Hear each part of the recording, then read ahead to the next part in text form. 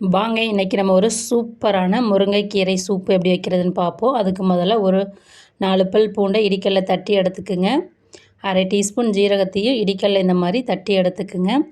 அரை டீஸ்பூன் பாசிப்பருப்பையும் நல்லா நைஸாக அந்த மாதிரி அரைச்சி எடுத்துக்குங்க. அரை டீஸ்பூன் மிளகையும் இந்த மாதிரி ஒன்றும் பாதியமாக தட்டி எடுத்துக்குங்க. 5 சின்ன வெங்காயம் ஆட் பண்ணிவிட்டு சின்ன வெங்காயத்தையும் இடிக்கல்ல நல்லா தட்டி ஆட் பண்ணிக்கோங்க. அரை டீஸ்பூன் பெருஞ்சீரகம் ஆட் பண்ணி பெருஞ்சீரகத்தையும் ஒன்றும் பாதியமாக தட்டி எடுத்துக்குங்க. ஒரு தக்காளியை பொடியாக நறுக்கிட்டு ஒன்றும் பாதியமாக நல்லா நச்சு எடுத்துக்குங்க. இப்போ நான் 1 கப் 250 ml கப்பால் 1 கப் முருங்கைக்கீரை எடுத்து வச்சுருக்கேன். அதையும் ஒன்றும் பாதியமாக தட்டி எடுத்து வச்சுக்கிறேன்.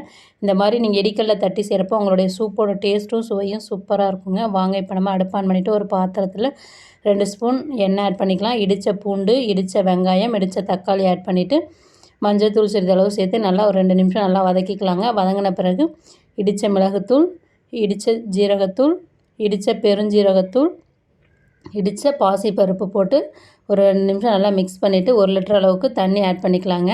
சூப்புக்கு தேவையான அளவு. இன்றைக்கி ஒரு 2 பேர் சாப்பிட்ற அளவுக்கு இந்த சூப் இருக்குங்க. சுவைக்கிறப்ப உப்பு ஆட் பண்ணிக்கிங்க. ஆட் பண்ணிவிட்டு ஒரு 4லேருந்து 5 நிமிஷம் கொதிக்க விடுங்க.